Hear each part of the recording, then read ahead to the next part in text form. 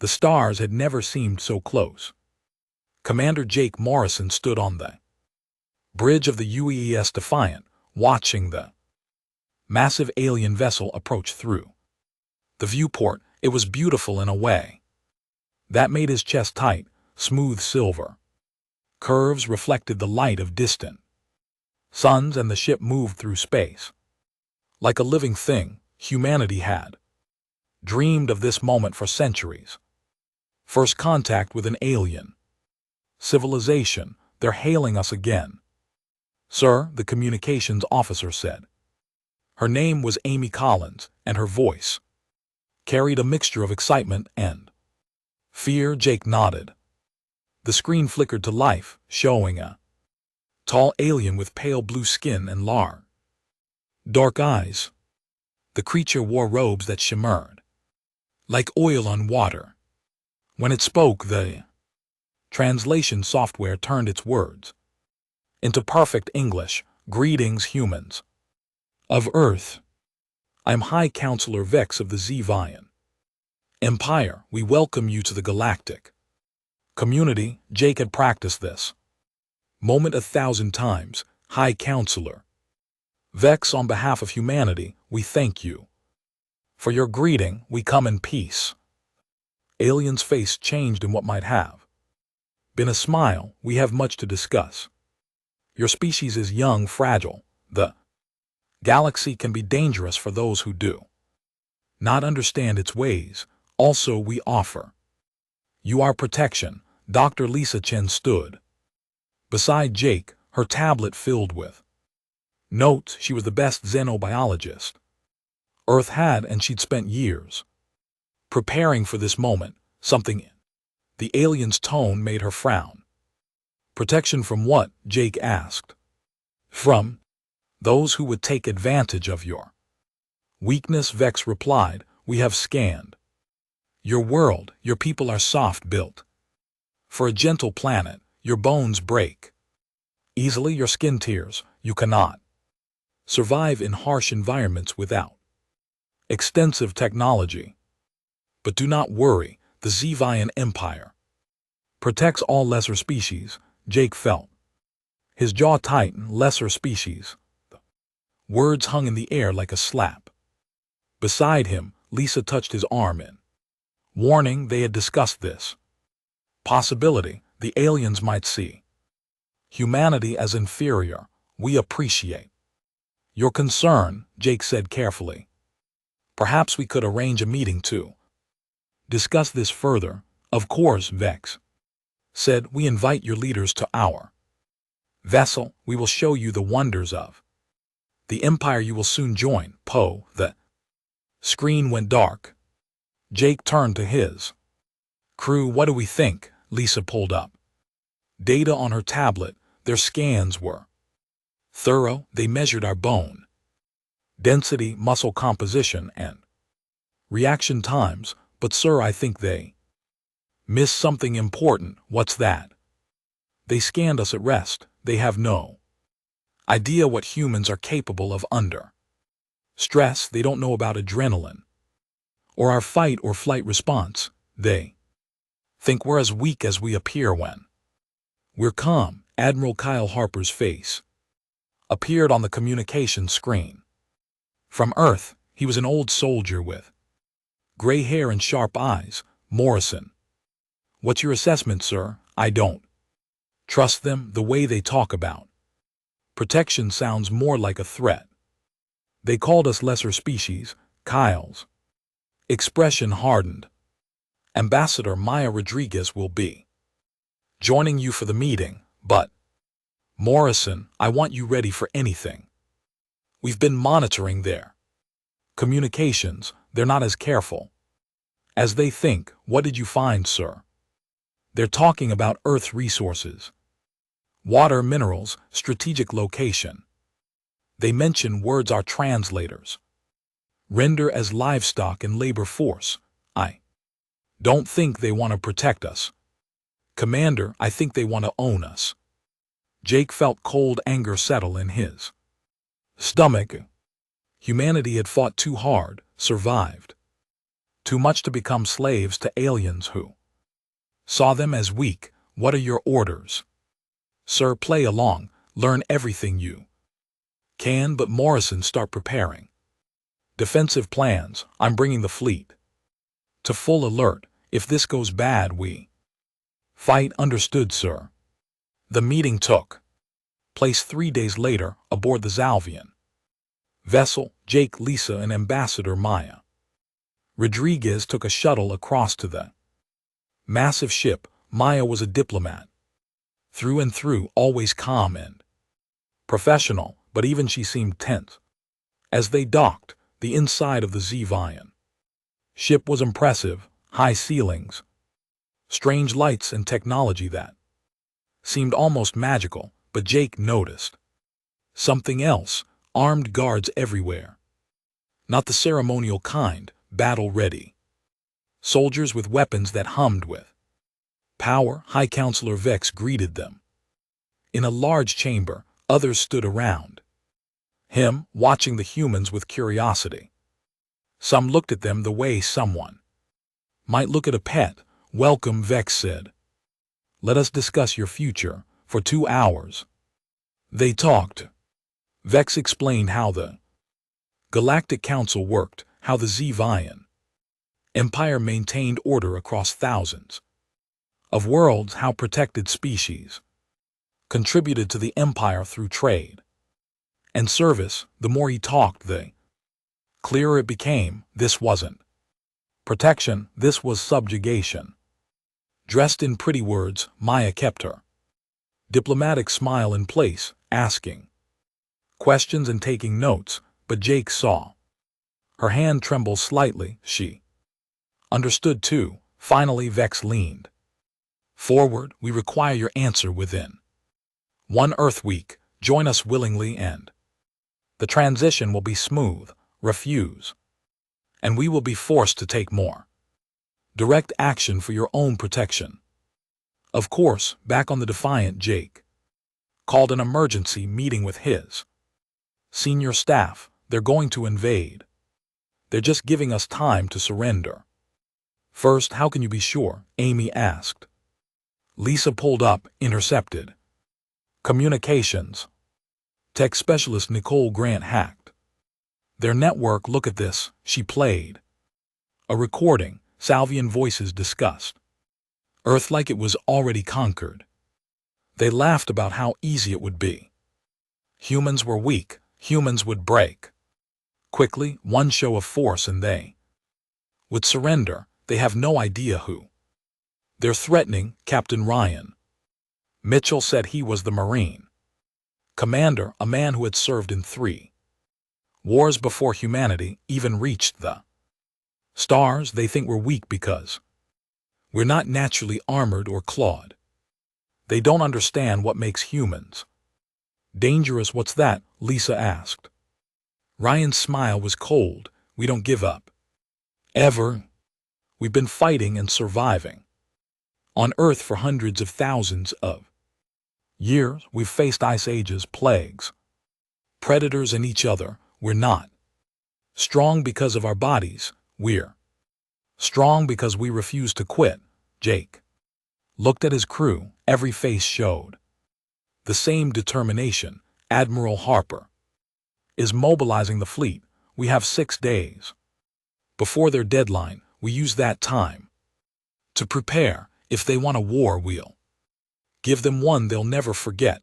Maya spoke up. I'll send our official response. We'll tell them we need time to discuss with our leaders. By us every hour we can. Readerly. As the crew dispersed to their stations, Jake stared out at the Zvian vessel, hanging in space like a threat. They thought humans were weak.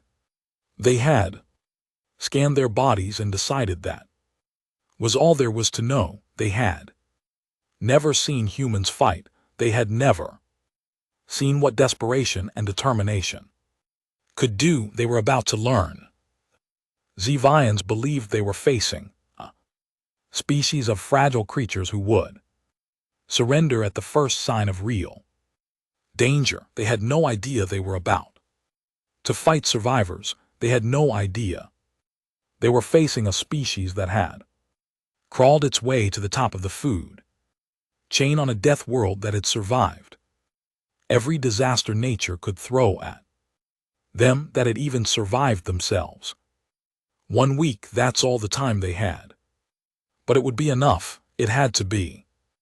The attack came on the 6th day. Earlier than expected. Jake Morrison was in the command center when alarms screamed through every corridor of Earth's orbital defense station. Red lights flashed across every screen. Admiral Kyle Harper's voice came through, clear and sharp. All stations. This is not a drill. Salvian vessels are emerging from faster than light travel. Multiple contacts. They're positioning for attack. Jake ran to the bridge of the Defiant, his crew already at their stations. Through the viewport he saw them, dozens of silver ships surrounding Earth like a noose. They were beautiful and terrible, their weapons already glowing with power. How many? Jake asked. 47 capital ships, sir, Amy Collins reported. Hundreds of smaller fighters. They've brought enough firepower to glass the planet. The communication channel opened. Hi.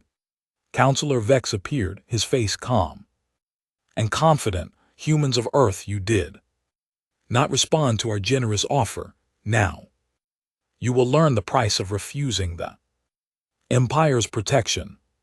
Surrender immediately, or we will destroy your orbital stations and blockade your world. You have 10 minutes. The screen went dark. Jake looked at his crew. He saw fear in their eyes, but also something else. Anger, determination. The same fire that had carried humanity through every dark age and disaster. Battle stations, Jake ordered. Pow. Up all weapons, launch all fighters. Send the signal to Admiral Harper. Sir, Amy said quietly, we're outnumbered 20-1, then we'll have to be 20 times smarter, Jake replied. These aliens have been bullying weaker species for centuries. They've never faced anyone who fights back. Let's show them what a mistake they made. Across Earth's orbital network, stations came alive. Weapons systems that had been hidden behind civilian panels emerged. Missile tubes opened, rail guns powered up. Fighter bays that the Zevians never detected launched wave after wave of human craft. The Zevians had scanned Earth carefully, but they had missed the most important thing. Humans knew how to hide their weapons. Captain Ryan Mitchell stood in the Marine deployment bay addressing his troops. 200 men and women in combat armor, ready to defend their home. They had trained for this, drilled for scenarios that seemed impossible. Now those scenarios were real. Listen up, Ryan said, his voice carrying over the assembled Marines. Those aliens up there think we're weak. They think one good hit and we'll surrender. They scanned our bodies and decided we can't fight, but they don't know what's in here. He tapped his chest. They don't know about heart, about refusing to quit, about fighting for every inch of ground. Today we show them what humans are made of. A roar of approval echoed through the bay. Ryan allowed himself a small smile. These were good soldiers. They would make the Zevians bleed for every meter they tried to take. The first shots came from the Zevian fleet, beams of energy that could cut through steel. Like paper, they struck Earth's outer defense stations. Shields flared and some buckled. Humans died in those first moment. Stations breached and exposed to vacuum. The Salvians expected panic. Surrender. They got neither. Human weapons opened fire. Rail guns launched tungsten rounds at a fraction of light. Speed missiles that twisted and weaved. Their guidance systems adapted from centuries of warfare, nuclear warheads, that the Zolvians hadn't expected. Because they seemed too primitive, the aliens learned a hard lesson. Primitive didn't mean ineffective. Zalvian frigate exploded, torn apart by railgun strike, then another human. Fighters swarmed around the larger alien vessels like angry insects, their pilots using tactics learned from hundreds of years of aerial combat. They flew in ways the Salvians couldn't predict. Aggressive, reckless, willing to risk everything for a killing shot. Lieutenant Amy Collins, now in her fighter, led a squadron against a Salvian cruiser. Her hands moved across the controls with practiced precision. She had grown up playing flight simulators, then trained in actual combat craft. She knew every trick, every maneuver. Delta Squadron, form up on me, she called. We're going for the engines. Stay tight and don't break formation until I give the word. They dove toward the massive ship, defensive fire lighting up around them. 2 fighters exploded, but the rest pressed on. At the last second, Amy called out, break and attack. Squadron split, each fighter targeting a different point on the ship's engine. Array missiles streaked out, explosions blossomed across the alien hull. The cruiser's engine stuttered and died. Dead in space, it became easy prey for the station's heavy guns. Aboard the Defiant, Jake coordinated the defense. His tactical officer, Megan Torres, worked beside him. She had a gift for seeing patterns, for predicting enemy movements. Together they turned the chaotic battle into something resembling order. They're trying to flank us from the south, Megan said. 6 destroyers moving to hit Station 3, redirect the Vengeance and the Hawk. Jake ordered, have them intercept and tell Station 3 to rotate their heavy guns to face south. I want those destroyers to fly into a wall of fire. It worked. The Zevian ships, expecting little resistance, found themselves caught in a crossfire. 2 were destroyed. Immediately, the others retreated, regrouping with their main fleet, but the Zevians were learning. They adapted their tactics, using their superior shields and numbers to press the attack. They began targeting specific stations, overwhelming their defenses with concentrated fire. Station 7 fell, its hull breached in a dozen places. Station 12 went dark, power failing. Humans were dying. Earth's defenses were being pushed to the breaking point. High Counselor Vex watched from his flagship, his expression shifting from confidence to confusion to anger. These humans should have surrendered by now. They were losing. Their stations were falling. Why did they keep fighting? Increase the bombardment, he ordered. Break their spirit, show them that resistance is futile. But he didn't understand. You couldn't break human spirit by showing them the fight was futile. That just made them fight harder. Nicole Grant worked in the cyber warfare center, her fingers flying across keyboards. She had broken into the Zevian communication network days ago. Now she used that access to wreak havoc. She sent false orders, corrupted targeting data, made some ships think their allies were enemies. It wasn't much, but every little bit helped. I'm in their main battleship system, she reported to Admiral Harper. I can't control it, but I can cause problems. Do it, Kyle ordered. Any advantage we can get. Nicole smiled and went to work. Lights flickered on the Zalvian flagship. Their weapon systems reset at critical Moment, their shields dropped for brief.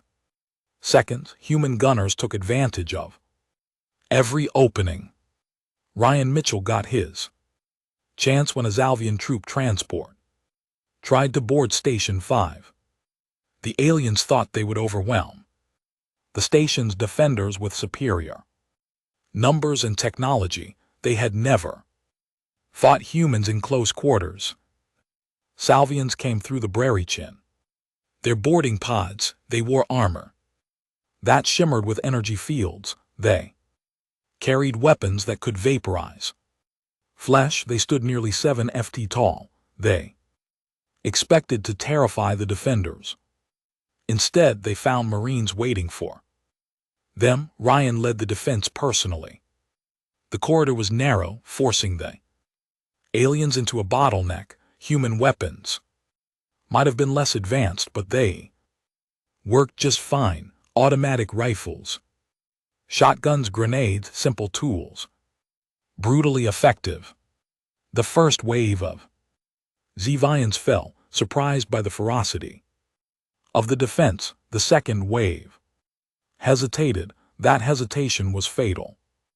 Ryan and his Marines pressed forward, pushing the aliens back toward their breach. Hand-to-hand combat erupted.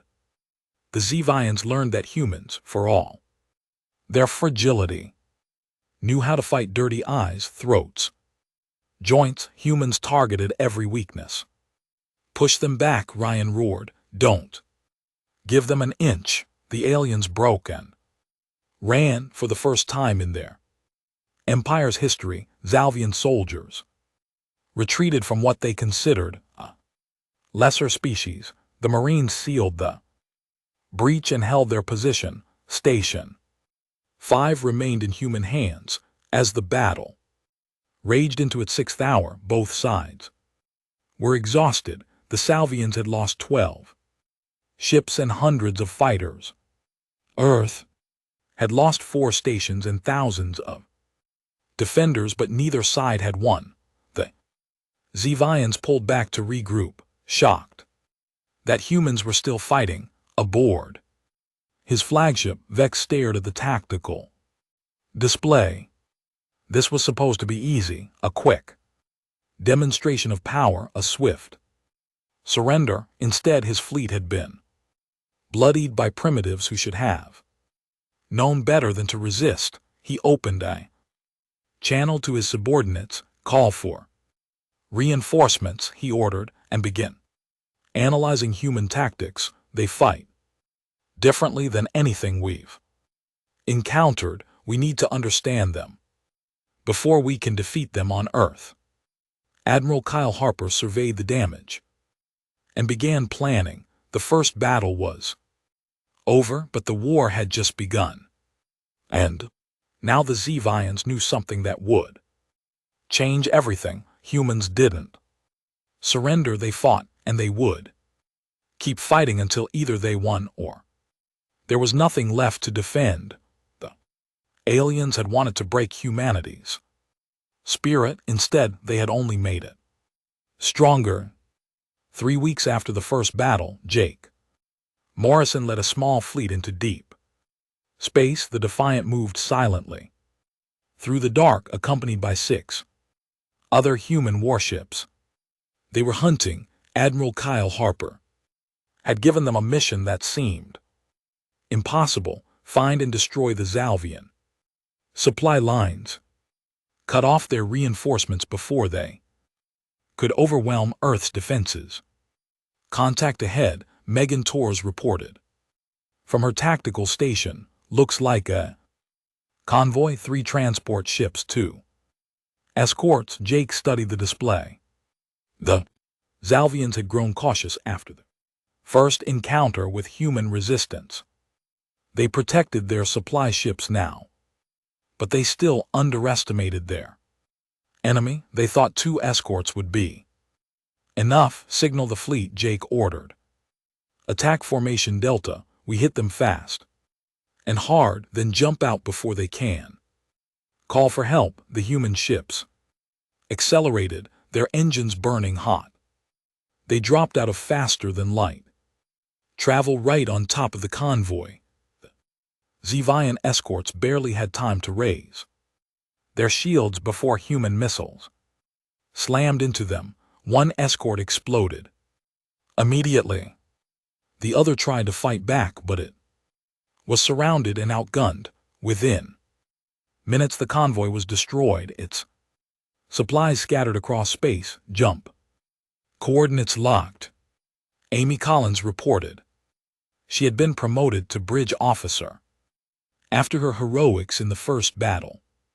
Ready to go on your command. Take us out, Jake said. The human fleet vanished into faster than light travel, leaving only debris behind. It was the fifth convoy they had destroyed in 2 weeks. The Salvians were learning that humans didn't just defend, they attacked, they hunted, they took the fight to the enemy. On Earth, a different kind of warfare was taking place.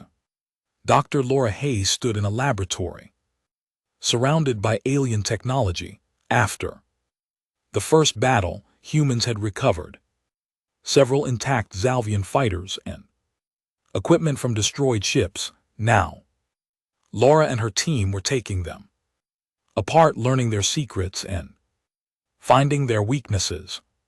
Their shields are impressive, Laura explained to Admiral Harper during his inspection, but they're designed to stop energy weapons and high-speed projectiles. They're not optimized for slower moving objects. What are you thinking, Kyle asked. Laura smiled. Drones. Small, cheap, slow-moving drones packed with explosives. The shields will let them through because they don't register as threats. By the time the Zions realize what's happening, boom, how soon can you have them ready? 2 weeks, maybe less if you give me more people. You've got them.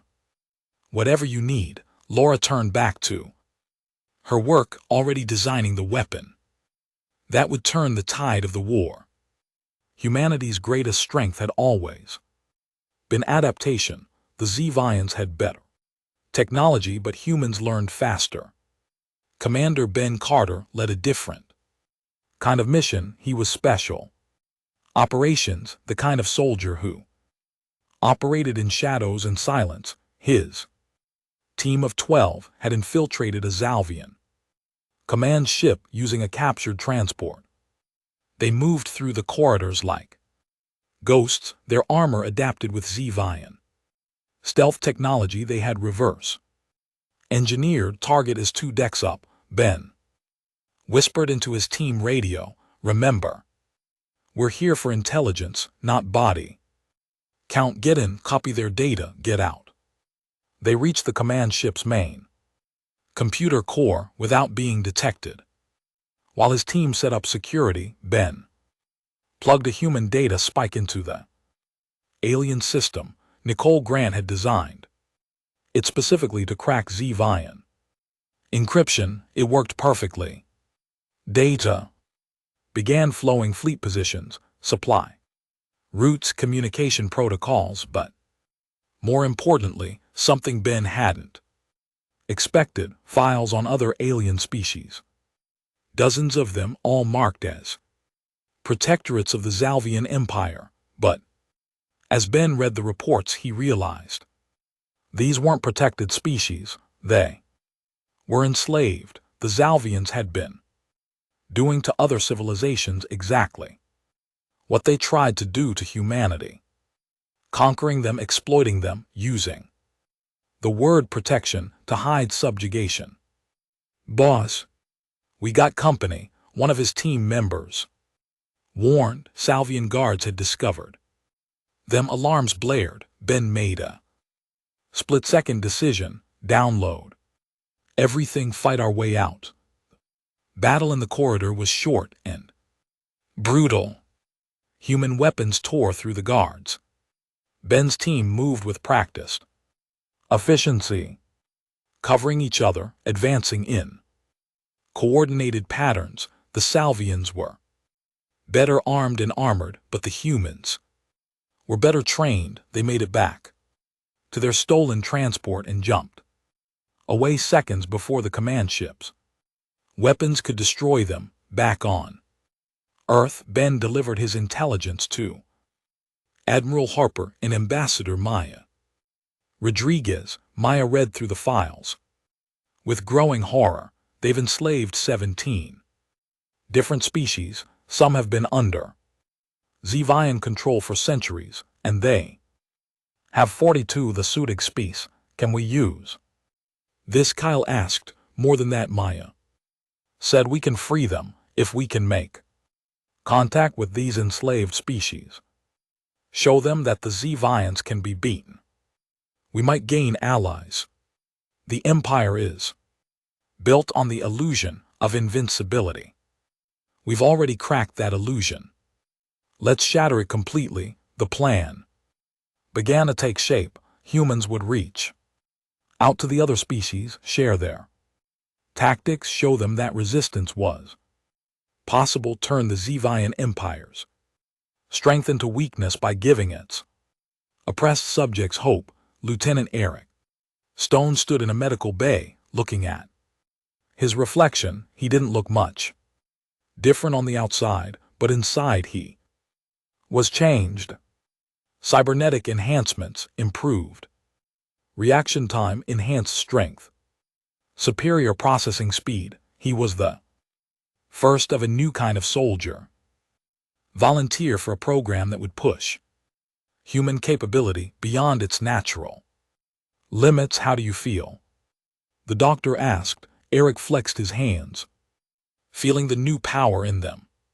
Like I can take on the world, or at least a few Zevians. He got his chance sooner than expected. A Zalvian strike force attacked one of Earth's outlying colonies. The planet had only light defenses. It would have been an easy victory for the aliens, but Eric and his enhanced team were there. The battle was unlike anything the Zevians had seen.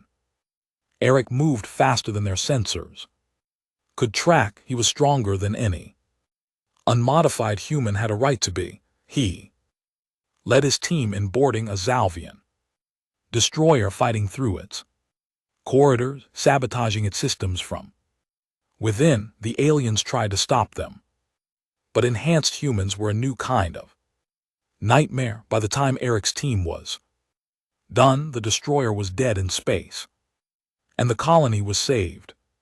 Word of the enhanced soldiers spread through the Zevian fleet. Humans weren't just fighting back, they were evolving their tactics, their technology themselves. The species the Zalvians had dismissed as fragile and weak was proving to be their most dangerous enemy. Captain Samantha Lee commanded the Vengeance, one of Earth's newest warships.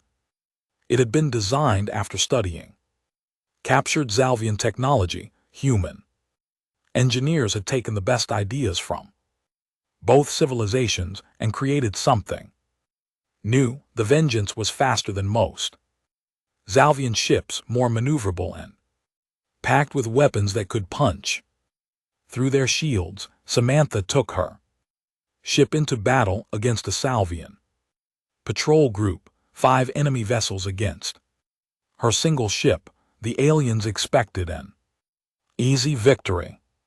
Instead, Samantha used the Vengeance's superior speed to dance between them, firing from unexpected angles, never staying still long enough for them to target her effectively. She picked them off one by one, using tactics that seemed reckless but were calculated down to the second.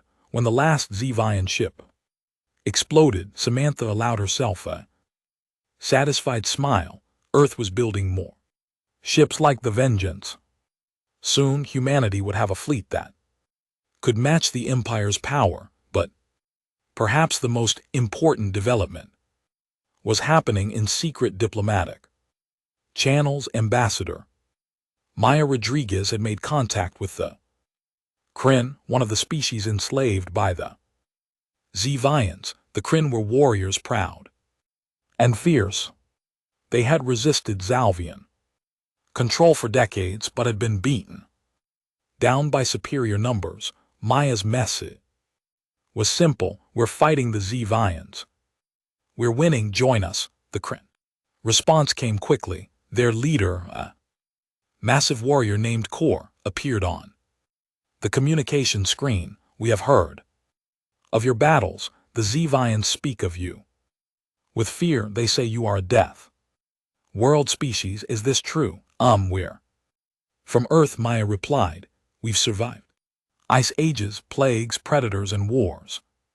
We don't give up ever. Kor's expression might have been a smile. Then we will fight beside you. The Salvians have enslaved us for too long. If you can show us how to beat them, we will help you tear down their empire. It was the alliance humanity needed. The Kryn had knowledge of Zvian weaknesses, strategic information, and most importantly, they could inspire other enslaved species to rebel. The empire was about to face threat it never anticipated. Not just human resistance, but a full-scale uprising. Jake Morrison received the news while on patrol. His mission to disrupt supply lines had been so successful that the Zvians were struggling to maintain their fleet.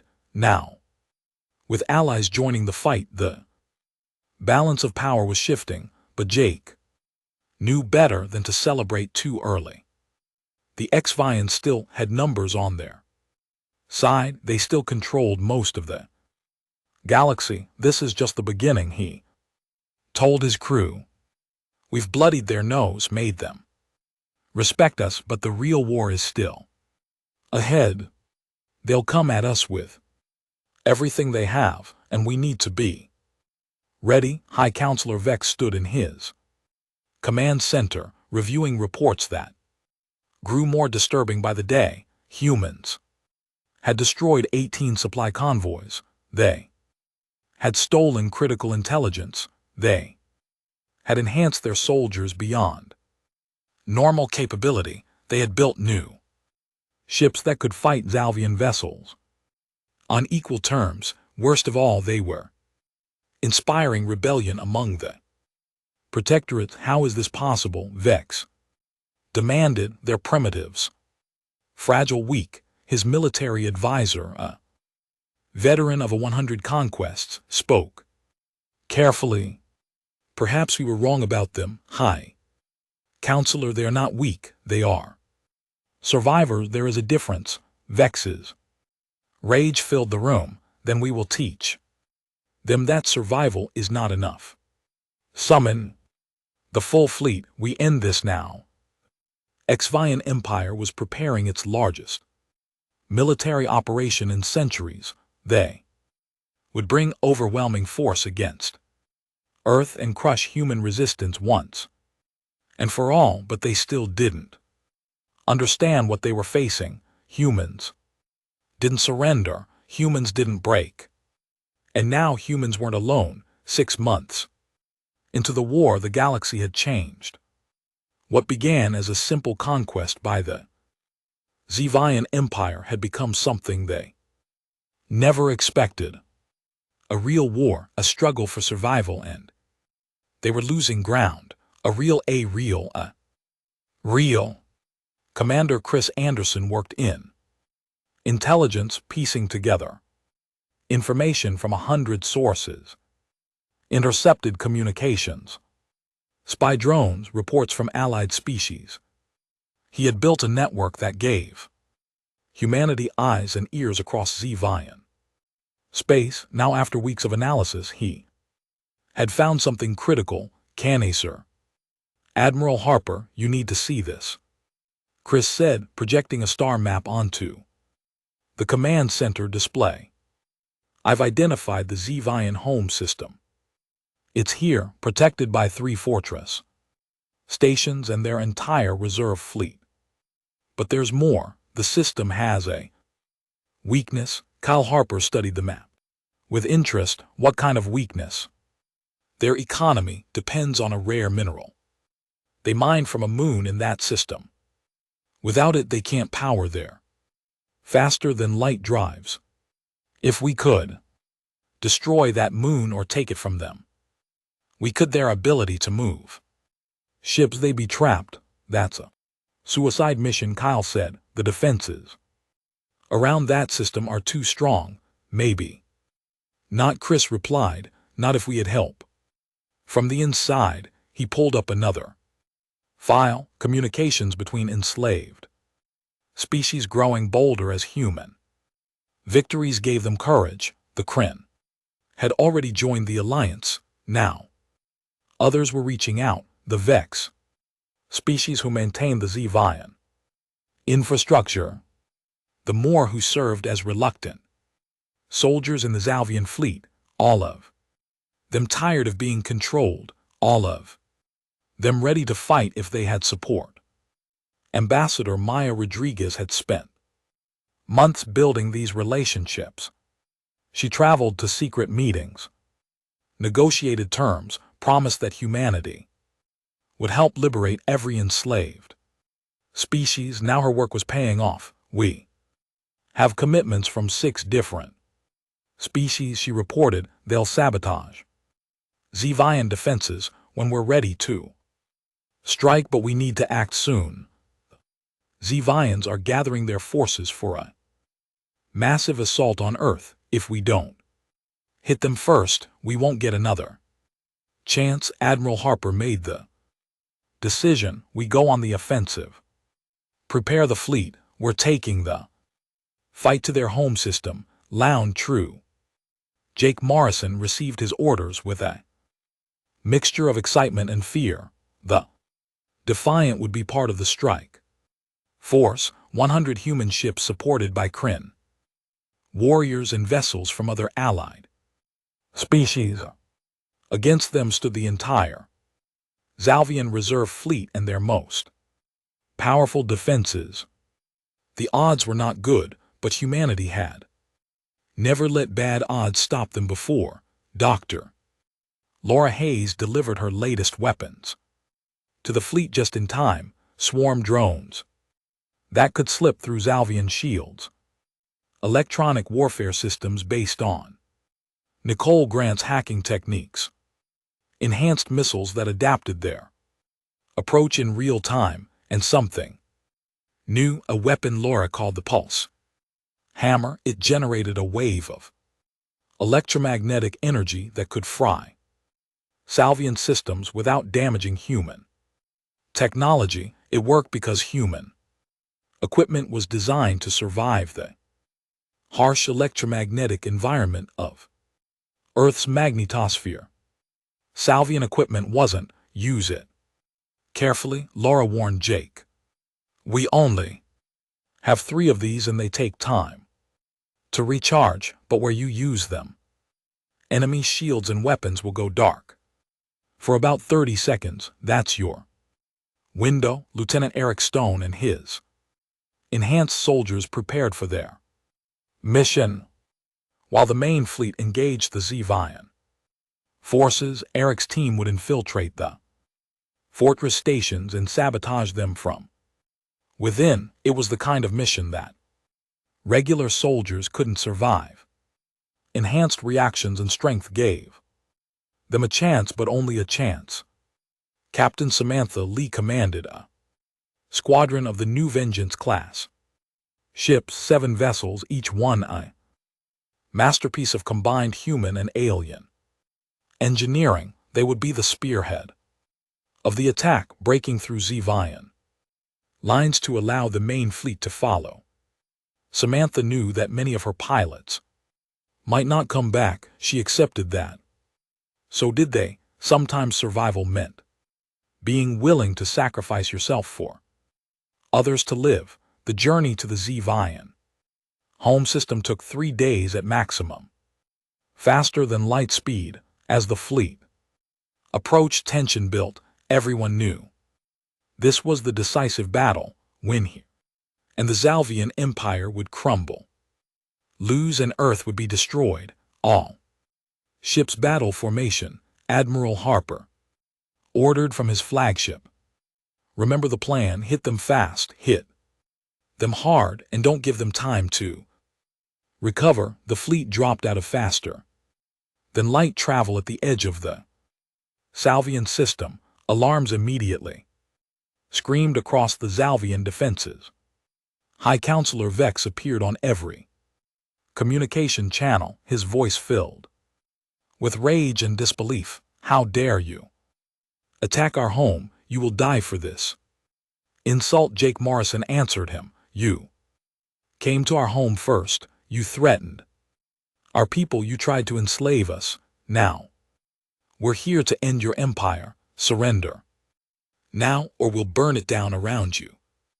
Vex's response was to order his ships to attack. The Zevian reserve fleet moved forward, hundreds of vessels, the most powerful warships the Empire had ever built. They should have been overwhelming. They might have been if the humans fought alone, but they didn't. Kryn warships emerged from hiding, their weapons tearing into the Zevian flank. Vex saboteurs working in the fortress stations triggered explosions that disabled key defense systems.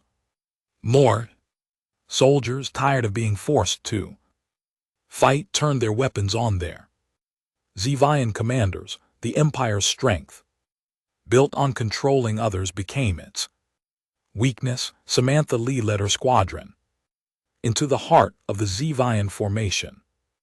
Energy beams and missiles filled the space around them. 2 of her ships were destroyed in the first minute, but the rest pushed forward. The Vengeance lived up to its name, tearing through Zevian shields with weapons specifically designed to counter them. Samantha's ship took dozens of hits but kept flying. Her crew worked with desperate efficiency, routing power, patching damage, maintaining fire. We're through, she called out. Main fleet, the path is clear. Admiral Harper's ships poured through the gap. Now it was a brawl.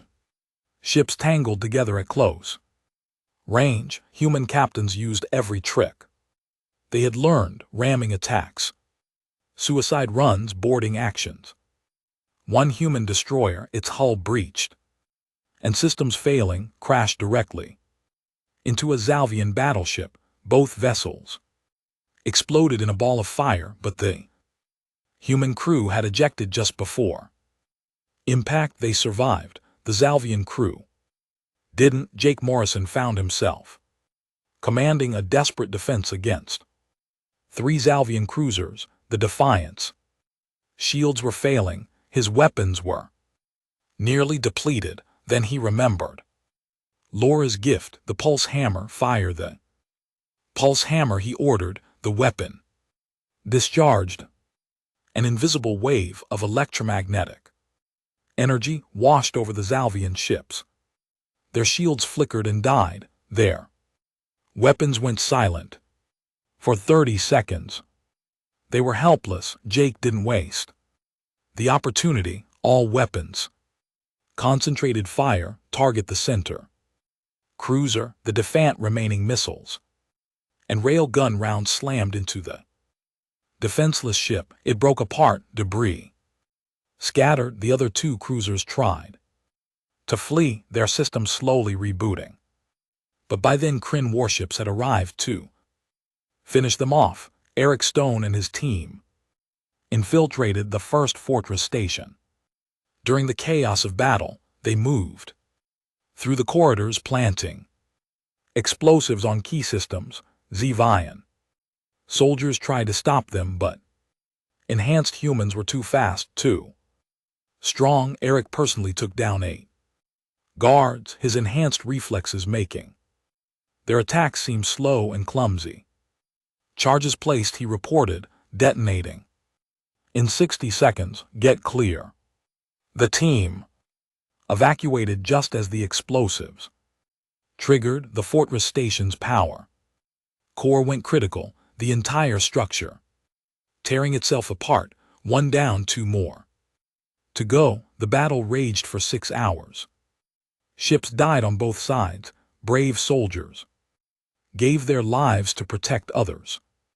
Space filled with debris and frozen bodies, but slowly, steadily the Zevians were being pushed back. Their numerical advantage meant nothing when their allies turned against them. Their superior technology failed when facing enemies who fought with creativity and desperation. High Counselor Vex watched his empire crumble from his command ship. How had this happened? These humans were supposed to be weak, easy to defeat. Instead, they had become his nightmare. They had united his enemies against him.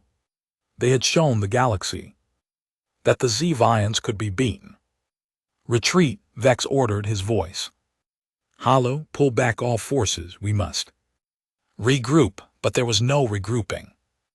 The enslaved species had risen up across the empire. Rebellions erupted on a dozen worlds. Supply lines collapsed. Zevian governors found themselves besieged by the very people they had oppressed. The empire was falling apart. Admiral Harper watched as the last Zalvian ships fled the system. They had won. The cost was high.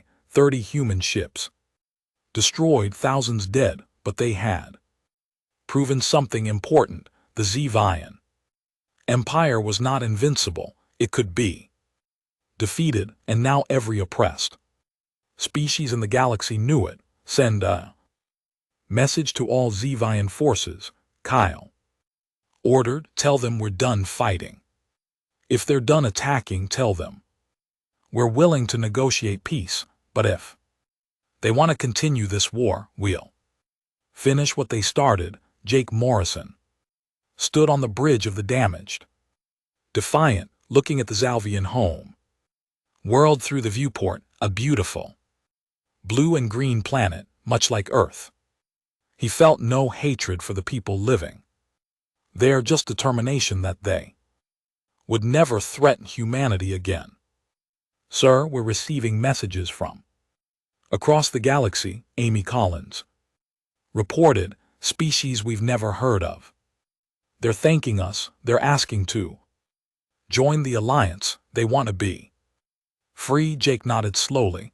Then we'll help them. That's what we do. We survive, we fight, and we protect those who can't protect themselves. The war wasn't over yet, but the tide had turned, and humanity, the species they had dismissed as weak and fragile, had become the most feared warriors in the galaxy, not because they were the strongest, not because they had the best technology, but because they never gave up, and because they inspired others to fight for their freedom. That was the real strength of humanity, not their bodies but their spirit. The Zalvian delegation arrived at the neutral space station 3 weeks after their defeat.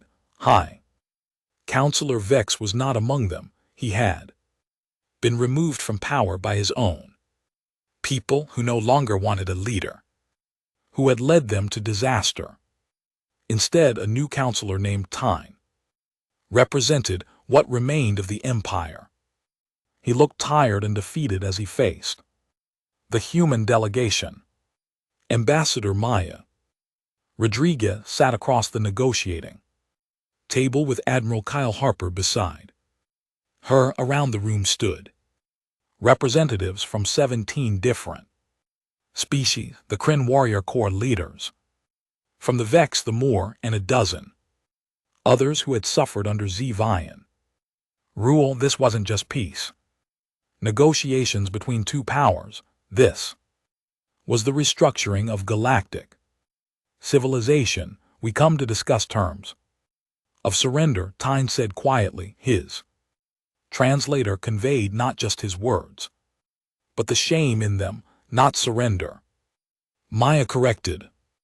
Peace. There's a difference. We didn't fight this war to destroy you. We fought to stop you from destroying others.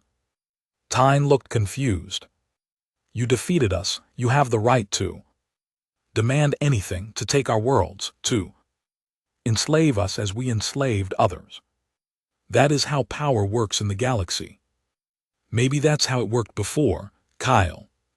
Harper said, but humanity is going to change that. We're not interested in building an empire. We just want to live in peace, and we want others to have that same right. The negotiations took days.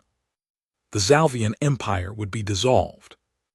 Its territory would be divided among the species that had been enslaved.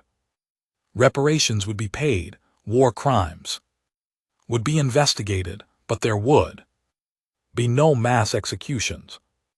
No revenge. Maya insisted on that. Justice, yes, but not vengeance.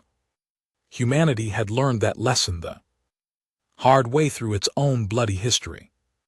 The galaxy needs a new structure, Maya explained, not an empire where one species rules all, a true council where every species has a voice, where disputes are settled through dialogue, not conquest, where protection doesn't mean subjugation, and who will enforce these rules? TH asked. Who will stop the next species that decides to build an empire? Jake Morrison spoke up from his position near the door. We will, humanity and our allies. We've proven we can fight. Now we'll prove we can keep the peace. All. He will. The new Galactic Federation was born from those negotiations. Every species would have representation. Decisions would be made by consensus. And if any species tried to conquer others, they would face the combined might of the Alliance. Earth became the headquarters, not because humanity demanded it, but because every other species agreed. The humans had shown they could be trusted. They fought to protect, not to dominate. Captain Ryan Mitchell supervised the liberation of the last Zalvian prison world. Millions of beings from dozens of species had been held here, forced into labor. Now human marines and Kryn warriors worked together to free them. Ryan watched as families were reunited, as people who had been slaves for decades breathed free air for the first time. It made every battle, every loss worth it. We did good work here, Kor said, standing beside Ryan. The Kryn warrior had become a close friend during the war. Your people are strange, human, soft on the outside but hard where it matters. He tapped his chest. In here, Ryan smiled. We learned a long time ago that the strongest armor is the kind nobody can see.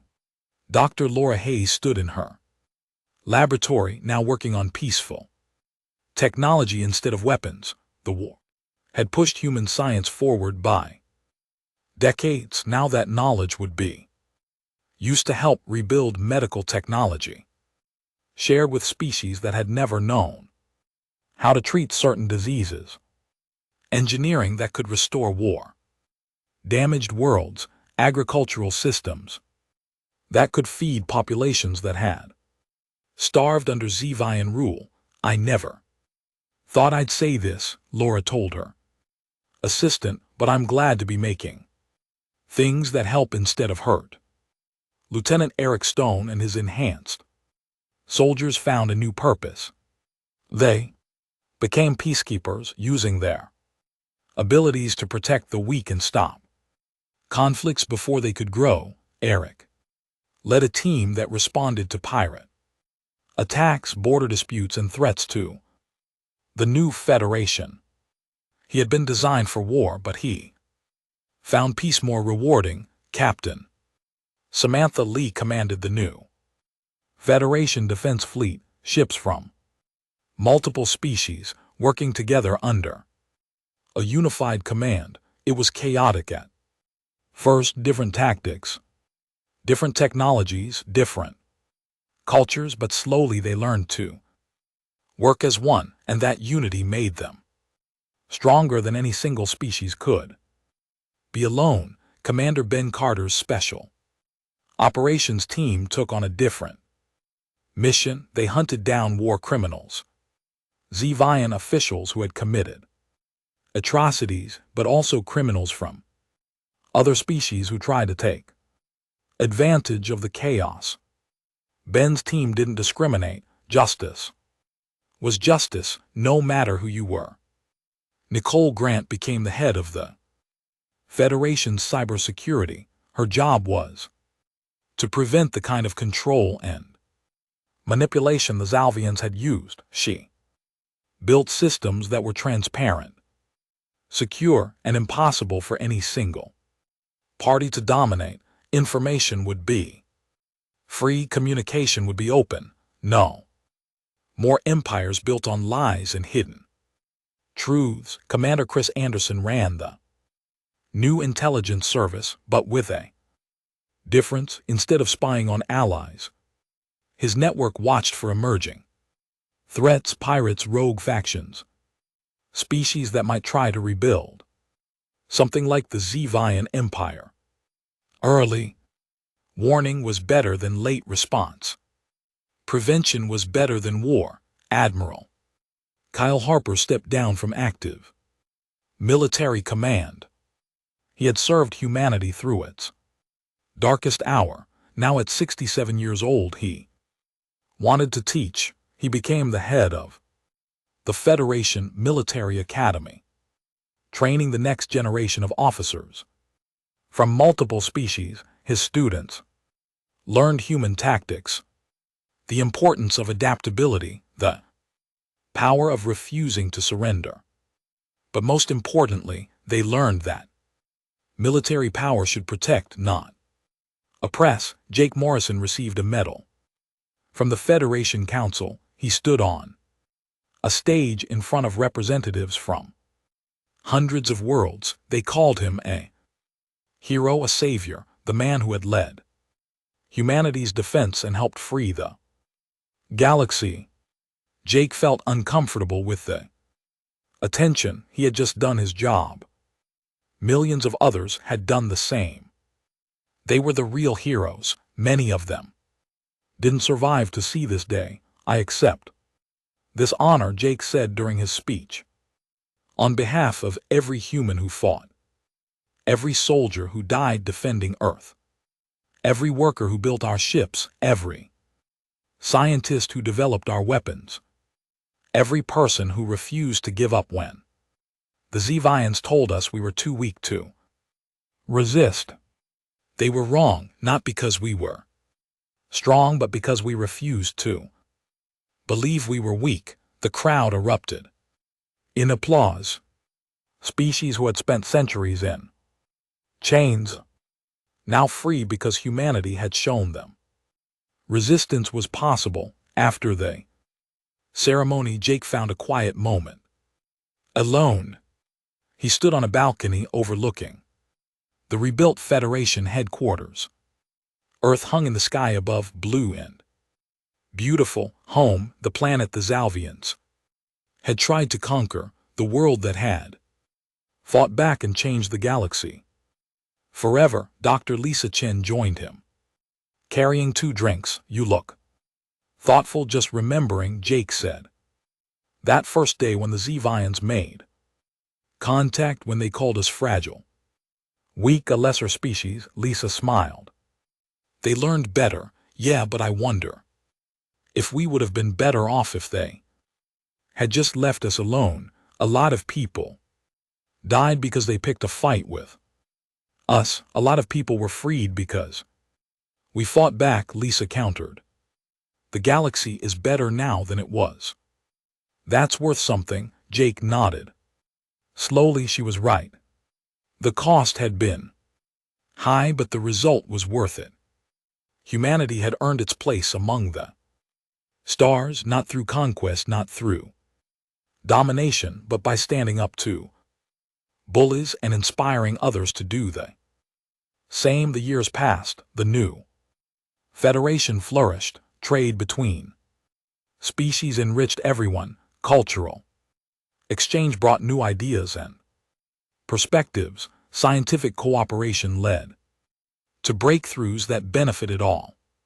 There were still problems, still disputes, still the occasional conflict, but nothing like the old empire, nothing like the Zevian system of slavery and oppression. Humanity became known across the galaxy as the battle-tested warriors who refused to quit, but they also became known as fair leaders, generous allies, and fierce defenders of freedom.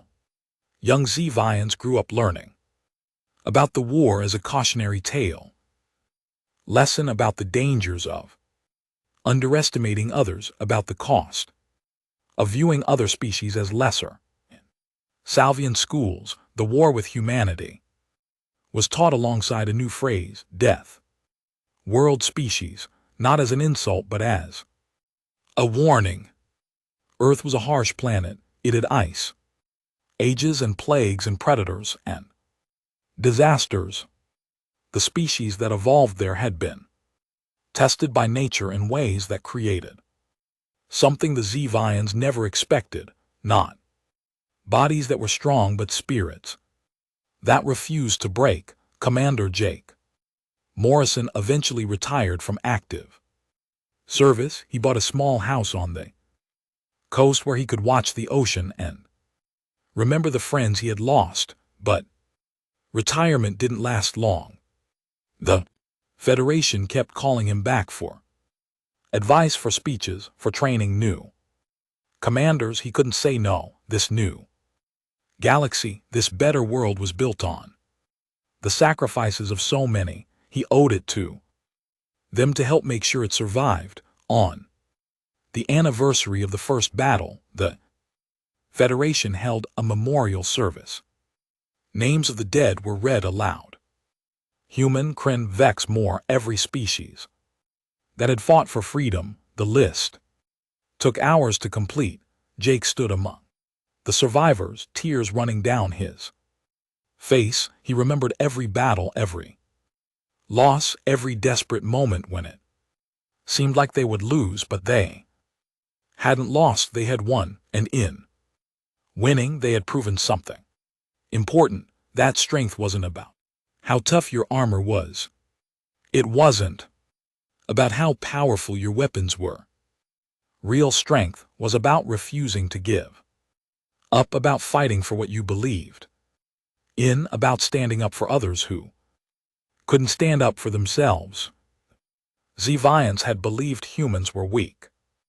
They had scanned their bodies and decided these fragile creatures couldn't fight. They had missed the most important thing, the human spirit, the refusal to surrender, the determination to survive no matter what. They had missed the fact that humans came from a world that tested them every single day, that forged them into survivors, and when those battle-tested warriors struck back, the Zevians learned a lesson the whole galaxy would never forget. Never underestimate a species just because they look weak. Never assume that physical strength is the only kind that matters, and never ever pick a fight with humans unless you're prepared to face an enemy that will never stop fighting until they win or die trying.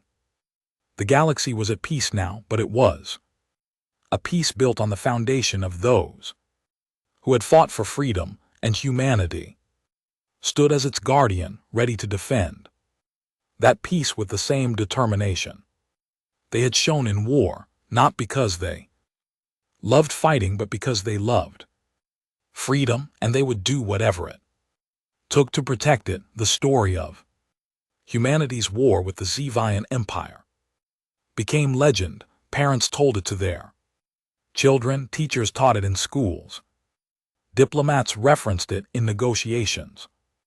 It was a reminder that the galaxy had changed, that the old ways of empire and conquest were over, that a new era had begun, an era where even the smallest, weakest-looking species deserved respect, because you never knew what they might be capable of when pushed to fight. You never knew what fire might burn inside. Them, the Zevians had learned that lesson. The hard way. The galaxy made sure no one would ever forget.